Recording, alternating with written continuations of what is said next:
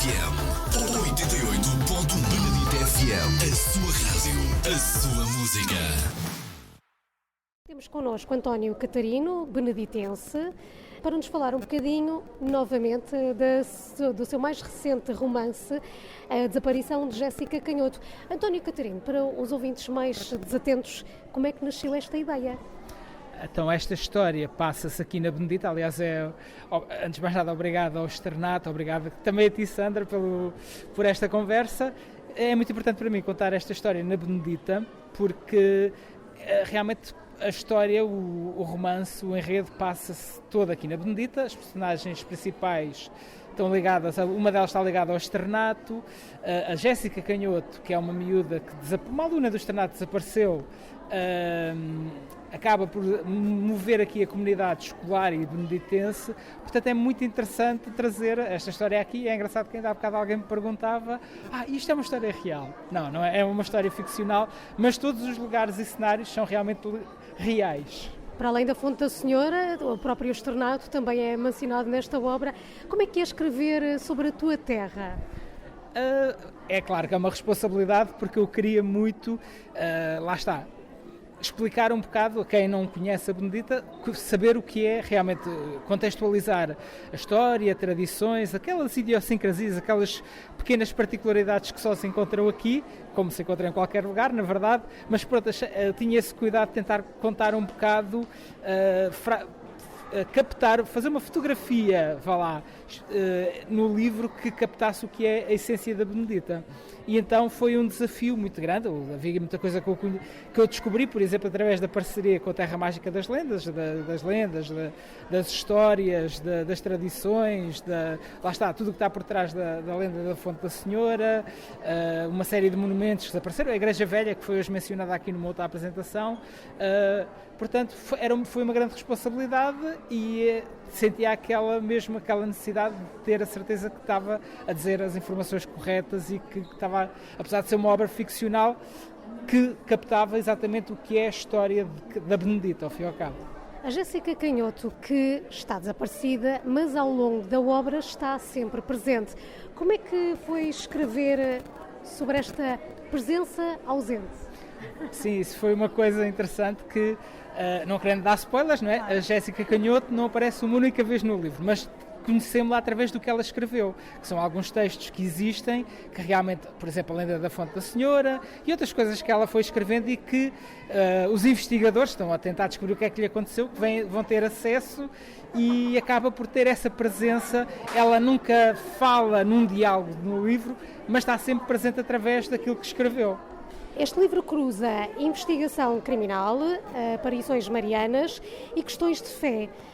Como é que foi para ti unir estes universos? Foi uma coisa muito intuitiva. Eu tentei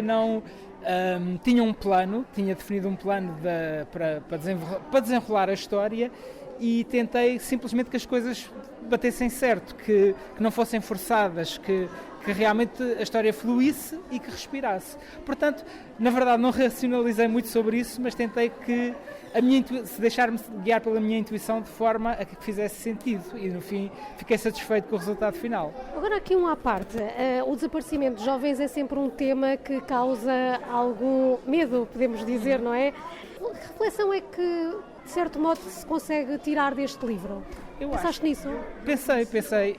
Eu acho que aqui o mais importante é perceber porque é que ela desapareceu, na verdade, porque supostamente ela fugiu de casa, e tentar perceber, às vezes olhar para os casos que nos rodeiam e tentar perceber que apoio ou que ajuda é que aquelas pessoas podem necessitar. E acho que nesse sentido, sim, pensei que realmente podia ser um alerta de pensar, olha, se calhar estas situações acontecem, infelizmente, como a história da Jéssica Canhoto, lá está, sem querer entrar em spoilers, mas que apoio é que a comunidade pode dar de forma a sustentar e evitar que este desaparecimento pudesse acontecer. E o livro aborda também aqui a questão da relação da comunidade, nomeadamente os rumores, as crenças populares. Consideras que assim, em localidades pequenas como a Benedita, isto ganha assim um mistério maior? Sim, penso que sim, porque lá está, porque nós somos humanos, não é? Gostamos de contar histórias. Uma das razões porque eu sou escritor é porque gosto de contar histórias e um bom boato é sempre uma boa história para se contar. Sabias que? E tal. Pronto. É sempre realmente um sucesso, é sucesso garantido. Qual é que achas que foi a fase mais desafiante durante a escrita deste livro? Por acaso, posso dizer, este livro teve várias versões. Eu escrevi-o e teve várias versões, no sentido que não fiquei muito contente com a versão original, portanto voltei a reescrever algumas partes. Posso dizer que a primeira versão passava-se durante a pandemia. Depois eu achei que não fazia muito sentido, até porque era preciso andar na rua, tentar descobrir o que é que tinha acontecido à Jéssica Canhoto, e alterei essa parte. Portanto, o mais desafiante para mim foi, a certa altura, pegar na versão original e eliminar 15 mil palavras, desaparecerem, porque achei que não fazia sentido, e depois escrever mais 10 mil, para ele ter à volta de 40 mil, que era a condição. Eu tinha o projeto de enviar para o Prémio António de Macedo, que ele felizmente acabou por vencer, e tinha que ter no mínimo 40 mil palavras, e eu, depois de fazer os cortes, tinha 30 mil. E a parte mais complexa para mim foi essa, foi ir metendo 300 palavras aqui, mais um capítulo, mais 700 palavras, até ter as 41 mil palavras que ele tem atualmente. Foi o maior desafio para mim. Em relação à construção da obra, tu tiveste de fazer investigação na parte religiosa, não é assim? Depois temos aqui a GNR envolvida também. Tiveste a oportunidade de fazer alguma investigação sobre esse campo também? Por acaso planeei tentar falar com alguém que trabalhasse mesmo na GNR, acabou por não acontecer, porque também tive acesso a uma série de fontes online e não só, que me permitiram ter a noção de como é que funcionava o organismo, vamos dizer assim. E nesse sentido acabei por não fazer.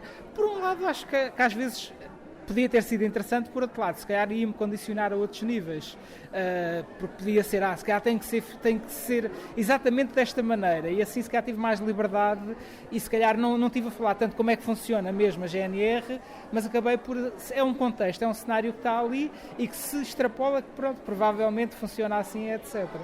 Hoje vais fazer a apresentação deste livro na Feira do Livro do Externato Cooperativo da Benedita, de resto onde fizeste praticamente o lançamento de todas as tuas obras. Foram quase todas, sim. Exatamente. Sim, sim. Como é que foste aluno desta escola também? Como é que te sentes mais uma vez a apresentar um romance aqui nesta escola? Que também entra na história. Exatamente.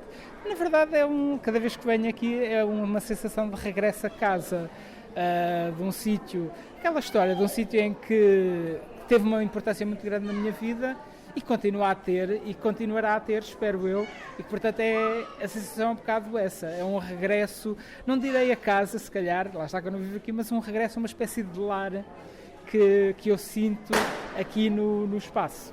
Isto foi um balão, não foi um tiro ligado ao enredo. Exatamente. Como é que tem sido a receptividade de quem leu, o feedback dos teus leitores em relação a este romance? Têm dito que o final é muito... Pronto, e isto aqui eu fico muito contente porque eu tinha muitas dúvidas, tinha algum medo em relação ao final, porque eu só revelo o que aconteceu à Jéssica Canhoto praticamente na última página. E eu tinha um bocado de receio disso, que as pessoas se desinteressassem, que desligassem e que não acabassem de ler a história. E na verdade fico sempre muito contente quando as pessoas me dizem, olha, o fim foi assim uma experiência. Já as pessoas disseram, chorei tanto, e eu pensei, espero que tenha sido. Não, foi porque gostei. E ainda agora o António Vicente, que também vai fazer a apresentação hoje, estava a dizer que o fim o deixou, que achou que aquilo tudo fez sentido e gostou muito do final, e foi por aí que ele começou a fazer a análise dele da primeira conversa que tivemos sobre o livro. E vamos agora mesmo falar do fim. No fim dos leitores lerem o teu livro, o que é que esperas que cada um deles leve consigo? Eu acho que espero que levem uma série de reflexões sobre o papel que algumas lendas e tradições têm na nossa vida, mas mais do que isso, que se calhar olhem com mais atenção à volta, porque acho que é uma das coisas que é um livro que tem muitos detalhes, lá está, tentei ir buscar muito da história da Benedita, do que é a Benedita geograficamente hoje em dia, e que olhem com atenção se calhar para coisas que, sei lá, por exemplo, a capa tem o pórtico da Igreja Velha, precisamente, e que muita gente não sabe o que é aquele pórtico. Portanto, qual é a história por trás daquelas pedras que hoje em dia já foram recuperadas, e acho que é isso, que atentem aos detalhes e aos pormenores. Obrigada. Obrigado. 88.1 Benedito FM. Benedito FM. 88.1. A sua rádio, a sua música.